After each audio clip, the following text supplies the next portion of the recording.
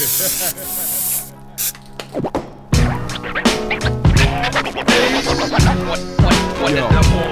I'm back to dip, diver, warrior, industry fighter, film producer, director, screenwriter, legendary rhymer. Congrats, I bring you a classic for the fans that support it. I give you props if you ain't stole it. We're live in Berlin, the streets of Berlin. Yep, staying in a little apartment on Kleimstrasse. Is that what it is? Yeah.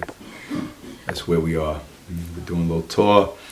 R-rated rugged man, A.F.R.O, Eamon, Locksmith. And we've been obliterating stages all over the world. That's what we do. Hey yo, people wondering where the fuck I've been. At the VIP section, they let me in. Say maybe if you had Dr. Dre and Timberland. Say a white boy need a black boy to win. I like traveling solo a lot and just dealing with my own shit and getting it done and doing my shows and coming home. But this way, it was a showcase for everybody. So the world got to see Locksmith spit insanity and got to see Eamon blow the vocals off all the choruses from my record. Like, of course it's gonna improve your shows, you know, and then A.F.R.O, the youngin', came in and he obliterates the stage. So, you know, the more masterminds you have to entertain the crowd, the better show's gonna be, you know? Tonight we're having a little special type of showcase, you know, a lot of the motherfuckers that I love and some of my favorite artists. The first time I met Rugged Man was in New York, and I was doing a show with Ski Beats, you know, legendary producer for Jay-Z, so many other people, and I was doing a show, and Rugged Man happened to be there, and he was like, yo, he just showed me so much love, and I didn't know who he was. He's like, I'm R.A. I was like, oh shit, this is R.A. Like, what the fuck are you doing here? You know what I mean? He was just in the club chilling, and so that was the first time we met, and that was like 2011, 2012, and then when he put out Legends Never Die, I just hit him on Twitter like, yo, man, the album is incredible, congratulations, and then we just kind of developed like a rapport from then on, and then, you know, we did a record together, and came out to Europe. He brought me out to Europe earlier this year. This is my second time, so we just kind of developed a relationship like that. This motherfucker spit unbelievable lyricism and unbelievable flows. Just turned 17. I want y'all to say A.F.R.O, A.F.R.O, A.F.R.O, A.F.R.O, A.F.R.O. Say A.F.R.O.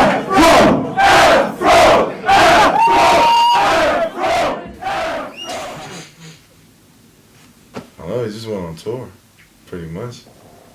I mean, you know, he was like, hey, A.F.R.O, you want to go on your first European tour? I was like, hell yeah, I want to go on my first European tour. It's crazy.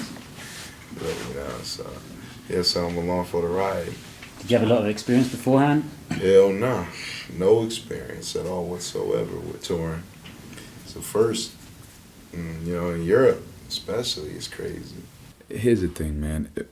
If I had bigger budgets and was getting more per show, I would have fucking 20 people with me. I'd have opera singers. I'd have my man DJ Noise, the two-time DMC champion, destroying it. I'd have break dancers. I'd put on a fucking big, you know, huge, you know.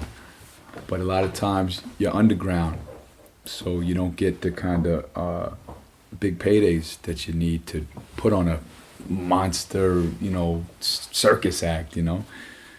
So one man and a mic, that's the origins of hip hop. I'm good with that. You give me the microphone, I'll still obliterate, give the crowd all the energy I have and destroy shit, you know.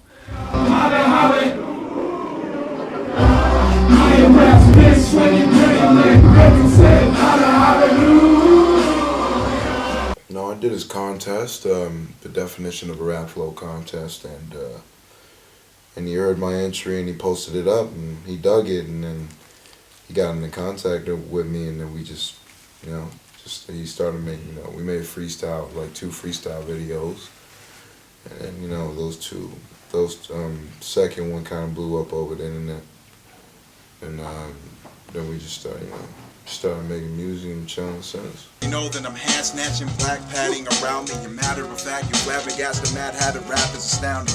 Listen to water bottle, you swallow with all the follow. It's now it's $100 a track with his avocado.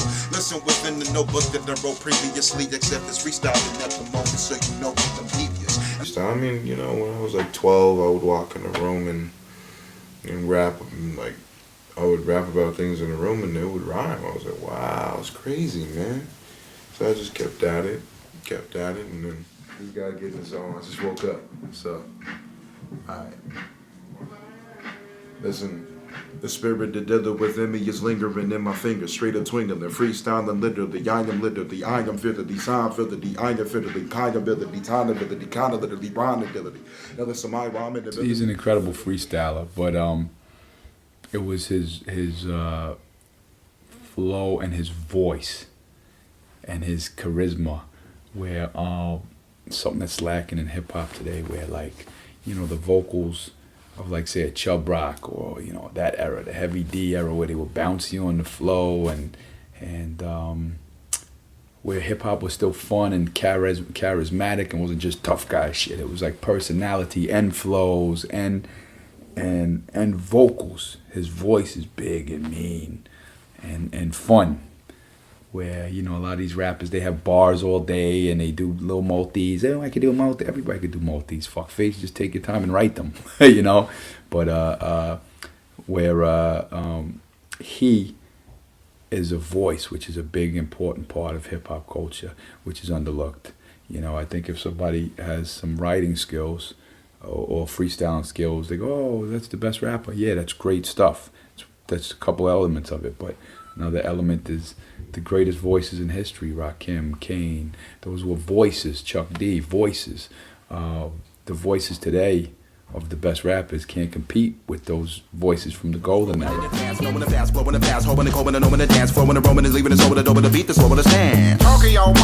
Godzilla rockin', knockin', illa stompin' on the killer, marker, fauna, somber, cocky villain with Islamic scriptures, twist the picture, rippin', swiveling in his slither, in the image, killing off the minute, sippin' with your mama in the office, kicking on the liver, cinnamon bitches. There's a lot of young talent out there, you know, and they have no vehicle of being heard. They're just rapping like the kid A.F.R.O who won. You know, rapping over doom beats in his mother's house. He don't have access to, you know, these big producers that I know, you know, which to me are all big producers, and you know, they're people. But I'm saying, you know, he doesn't know how to just meet them or talk to them. Nobody, you know, you're in your house at your grandmother's house. Nobody has access to these people. I've been in the game for over 20 years, so I know. I told him to give me a list of his favorite artists and favorite producers, and I could start chopping the wood. And I had access to everybody he wanted to meet. So you know, stuff like that. You find young talent, and you know, you can help them out rather than them never being heard, never getting discovered, no one ever talking about them, and them just being cool in their neighborhood. The secret to success in the game is to get the fuck out of your neighborhood and show the world what you got. You know, a lot of people keep it. You know, they compete with the local rappers in their neighborhood. Oh, I'm the best in my neighborhood, and don't mean shit. You know, leave your neighborhood and go to California if you're not from there, and leave your neighborhood and go to New York. Leave your neighborhood, go to Canada, go to Berlin, go to Switzerland, go to Japan. Go to the whole world, you know, and then your neighborhood will come to you. You know, R.A. is an incredible. He's just a good guy. I mean, there's few people that you meet in the industry that are just like genuinely good people. You know what I mean? And genuine, like I said, has a love and a passion for this art form. You know, so anything that's driven by that is going to be beneficial. I mean, look, it brought somebody like A.F.R.O. You know what I mean? Taking me on tour. I mean, that's still. I may not be quote unquote signed to the label, but it's family because. We share the same kind of passion. That's like a kindred kind of spirit. You know what I mean? To say like, look, this is what we put first, and that's what I'm about. You know.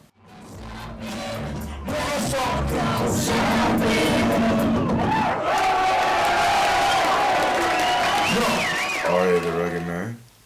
You know, he's been my favorite rapper since I was 14, and you know, I look up to him a lot.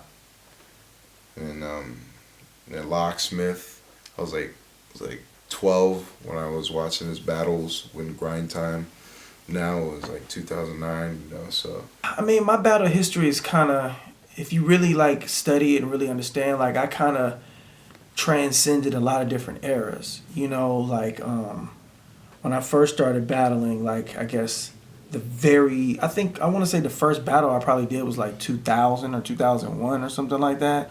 And those were like, you know, over the beat kind of battles, you know, just kind of like freestyling, you don't know what you're doing. So that was that era. And then around 2003, I did the MTV battle, which got me a lot of notoriety. You know, it was on TRL, and it got a lot of recognition. But I always was an artist, like writing songs. That was always my focus. But I just found out that I had a knack for battling. I didn't even know I was good at it until I started doing it. And I was like, yo, I'm winning these battles, and it's getting me a lot of notoriety and recognition. So, I fell back from it. And then I didn't start battling again until 2009. It was when like the whole grind time kind of internet battles kind of popped up. And that was like a new era. And so, and I was starting a solo career at that point too. I was thinking about it. And I was like, yo, battling would be a great way to get my name back known again.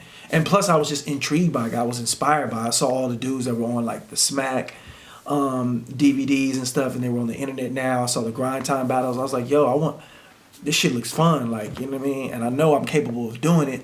So I put my feet back in there and got wet, you know what I mean? Got my feet wet again, and you know, I had a few battles, and it got me a lot of recognition, man. You know, Disaster happened to be one of those battles, and you know, Grind Time set them up, and it was just a good time, man. It got me a lot of recognition, so I'm very grateful for that. Yes, I see.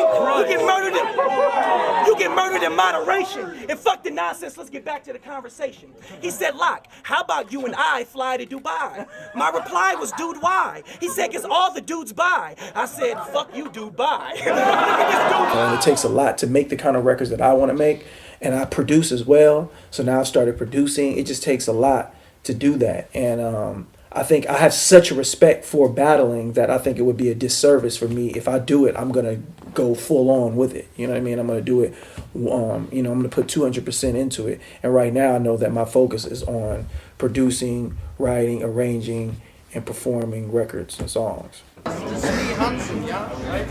Looking at him. But it's Locksmith still, man. Well, respect, man. Locksmith is one of the most lyrical rappers and one of the best rappers. And he could do that freestyle stuff, and he could do the battle stuff, and he could do the writing record stuff, and he could do live shows. So he's an all-around MC, you know? So, and you know, his when he wants to be a battle rapper, he could go and beat the top battlers. If he wants to do you know, a live stage show, he puts on a great stage show. If he wants to make a record, he makes a great record. If he wants to go bar for bar with the murderous lyricists, he goes bar for bar with the murderous lyricists. So, so all around MC. That's what I like about Lock, man. That's why I'm always shouting him out, you know, saying what a good MC is, all around, you know, all around package right there. Real niggas feel me. Bitch niggas loathe me. I portray the real me. Who could ever expose me? I display anguish through facts. My father paid for my tuition, busting tables. What's more gangster than that? And I'm a paying back, relaying raps, never the slack and laying back. They overlook me in my own region like the Chilean blacks. But I refuse to keep playing in this decaying trap. Now it's to the point I'm reluctant to even say I rap. Poised to avoid the void, mission annoyed, listen, deployed to employ what I could avoid in Joyce's kitchen. A young boy with his brother's coin in a poisonous pit, exploiting the sins and offended those that rejoice dissing. Listen, his voice was missing, piston was hoisted with it. A violent child that was volatile and deployed in Richmond. A mixed half-breed that saw his dad grieve, only later to reconcile by cutting the grass when I had weeds. Yeah, I'm on a record label, but I'm on R.A. the Rugged Man's record label, so, you know, I'm not on big, you know, big label where they try to make the music for you. You know, I'm on a record label where, you know, where R.A. actually, you know, actually wants me to make the music that's from the heart, you know. As with the other labels, you know, they want to play chess with how you make your music, you know, and they pretty much want to make it for you. They want to be like, let's get this singer to be on this hook and let's do all this. And I'm like, no, I'm cool with that, you know. But yeah, signed to RA, and that record label doesn't suck dick. It's pretty much one of the only ones. So. Well, interview him next year about the same question and see if that changes. Yeah. No, that's comedy. That's comedy. You're gonna be like, fuck RA label too. Fuck that. Fuck you. Fuck you. You don't need $5 million to promote a record. You know, it's a different era.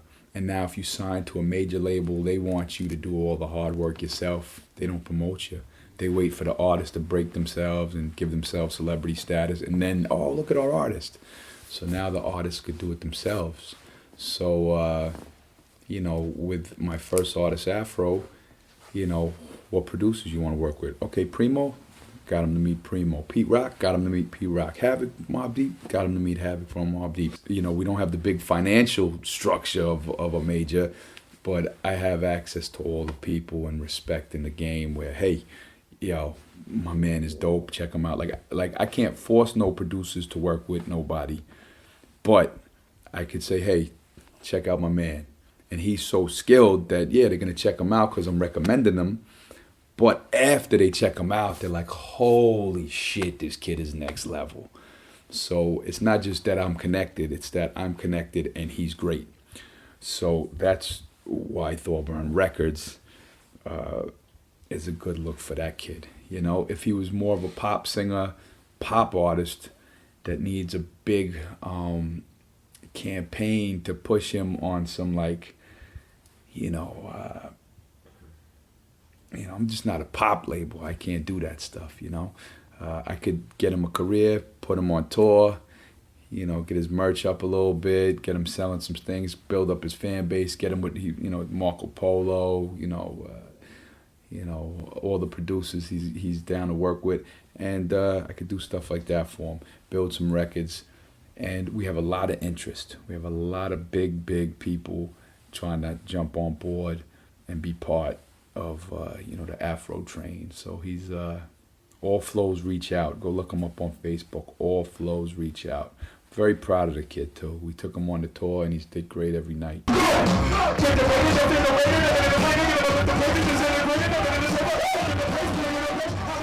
I'm gonna say, if you really want to make music from your heart and you wanna, have your word out there, you wanna, actually make music, don't let the label you. Don't let the label make the music for you. You do your thing and you in charge of your heart. And if you really wanna put your heart into something, or you wanna make a song or whatever, or a record or whatever, man, don't let the label you. Do your thing. Do your thing from the heart. Rats, I bring you a classic for the fans that support it. I give you props if you ain't stole it and you actually bought it. If not, purchase it today and own it. A brand new R-rated Rugged Man album. This is a historical moment. Hip-hop artists with 100% creative freedom. $1 million budgets and corporate endorsements. We don't need them. Anyone dissing, go listen to them industry puppet musicians. This for hip-hop heads. Everyone else, fuck your opinions.